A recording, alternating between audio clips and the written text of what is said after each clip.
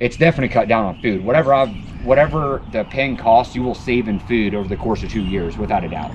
Well, fair enough, but I got something I got to break to you right quick. I promised my granny this. Yeah, tell me. Okay, because I'm kind of doing this for granny. Yeah. Now, I told her I was going to get you to tell me about everything. And then I was going to mash record. Nice. That would be so smart. Now we're recording. Okay, good. All right, so this is the chicken pen that I built. I'm just kidding.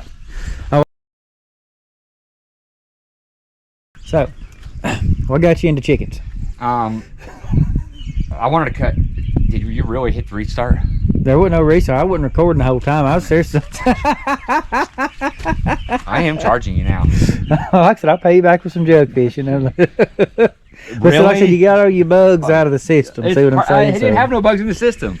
I told you I do better on drop the ball. Now I'm going to screw the entire thing up. I'll give you that. You done pretty good. But right, like I said, what I've done, what did I miss? What did I forget? What should I have gone over? Tell me what I didn't do. Well, I had to point them wheels out to you. So I'm doing this to make you look smarter. See, you done your rough draft. Now you get to go back and. My final copy is always worse than my rough draft. Well, now everybody on YouTube can find that out. Okay. No, look. All right, tell me when you're actually going to hit the start button. Oh, yeah, I've been recording about 3 minutes now. Okay. All right. So anyway, I mean, I wasn't joking when I told you that. All right, but, you ready? Okay, so I guess first question first. I mean, obviously we're going to talk about the pen people at home, but what got you into the chicken business here? So what we want to get into chickens was obviously definitely number one for eggs. The supermarket, the eggs have gone through the roof, and if they're even in the store. There's been multiple times we went to buy eggs and they're just not in the store.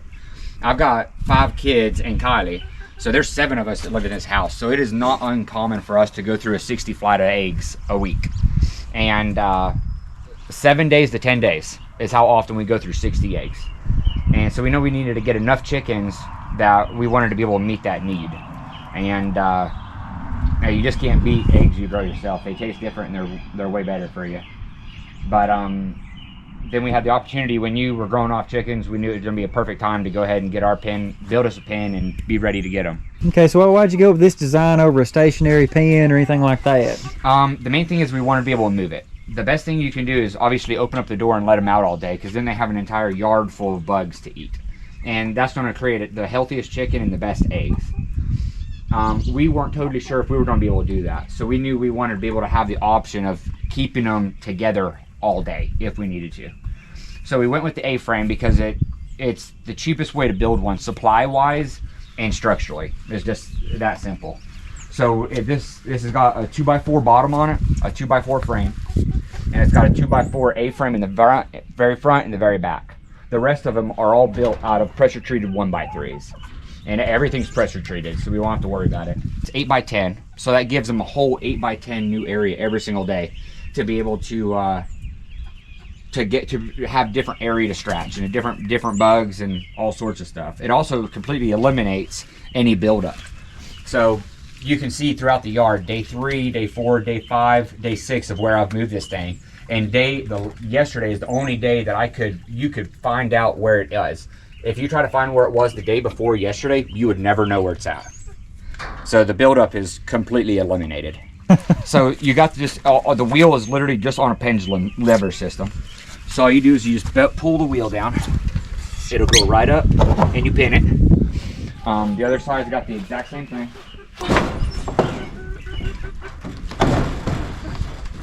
Goes in just like that. Now you can see automatically as it goes out. The way, really important thing is that you find a balance point.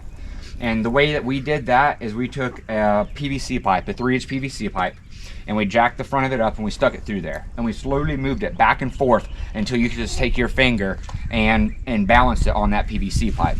And that's where we learned to put our wheels. We obviously put them 4 inches further back so we knew we'd have a center of mass back. But you can take one finger on here, or 2 fingers, and just balance this thing on the wheels. Yeah, I'm better with 2 fingers too. Yeah, and they're full of pine shavings. What I do is every day I come out here and I scoop up as much of the poop as I can, and I put it in a composting pile. And after every 3 days to 4 days, depending on how dirty they are, I'll scoop all of it out, put it in a compost pile, and refill the shavings. I bought a 50-pound bag of shavings, and I've used about 1/10 of it. So with three nesting boxes and cleaning it once a day, really, I mean, you can't even tell how much I've used out of the bag, and I've had them for 3 weeks.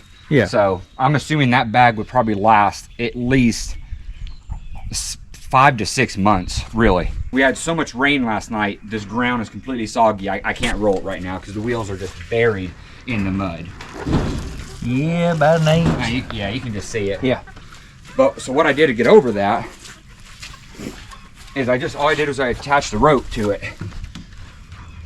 And the rope just went from one axle under the frame to the other axle under the frame.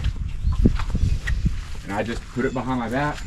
And one thing I realized when I did this though, is I can't see my chickens. Having a movable frame, the nightmare is that you're gonna run over the chickens and break their legs. Yeah. So all I did is I just found me a way to prop my roosting box open. So now I can just easily see all the way through there, and I can see all my chickens in the far other end of my house. So that way I know I'm not gonna run over any chickens. I just put this up, and there's so much improvements you could do on this. And I just slowly lean back into it. Gosh, it's mud stick. Yeah, it ruts pretty bad. It's just, you just easily pull it. You see how easy it moves once you get it moving and balanced. That's really the key. But it's that simple. It's really not that hard. I got my 2 older daughters can come out and do it absolutely no problem. But I try to keep it as cheap as possible. And I've sat down and added up, and I've roughly got like $420 into all of this. Now I used my head on a lot of things because I don't want to spend money. This is an old plastic shower wall from when I redid our bathroom. This is some old tin from one of those old buildings that I got down. The shiplap is a lot of old wood I had laying around. I had processed from a job a long time ago. I did have to buy these wheels are $10 Harbor Freight wheels. And one of the things I definitely would have done different is I would have upgraded these to a 12-inch wheel. Primarily just because you see the rut that it leaves. It is definitely heavier than I expected, but for the first one, you know, I really didn't know exactly what I was going to do. The shiplap, even though it does look beautiful and it does work really, really well, it's not worth the added weight that it puts on it. I definitely should have just went with old tin that I had. And there's still a possibility I'll tear that off one day and just put tin to cut down on weight. Yeah. Because I also don't want to rut the yard up. So, so when you're building it, the weight distribution is an extremely important thing. It needs to be tough enough to meet your needs. So if you got a real bad coyote problem, you need to build it tough to keep the coyotes out and stuff. But if you're going to move it all day, you need to remember you want it as light as possible so you're not hurting yourself while you move it. So everything you have in here, it needs to be high enough that as you move it, is going to push the chicken out of the way and not run it over and pin it to the ground, break its leg. So I made sure I put the roosting things high enough. There's just some old sticks I pulled out of the woods and cut the ends to fit. And then this right here is a completely floating, you know, pathway to get up them into the roosting boxes. So when I put even though it looks kind of low now, when I put the wheels down, it raises up 2 or 3 inches. So it's all designed to just push the chicken out of the way if they're being dumb, rather than rolling them over and pinning them to the ground. I think that's about it. But we're excited to have them. Good job. Yeah. I know it took a lot of bravery. It was hard.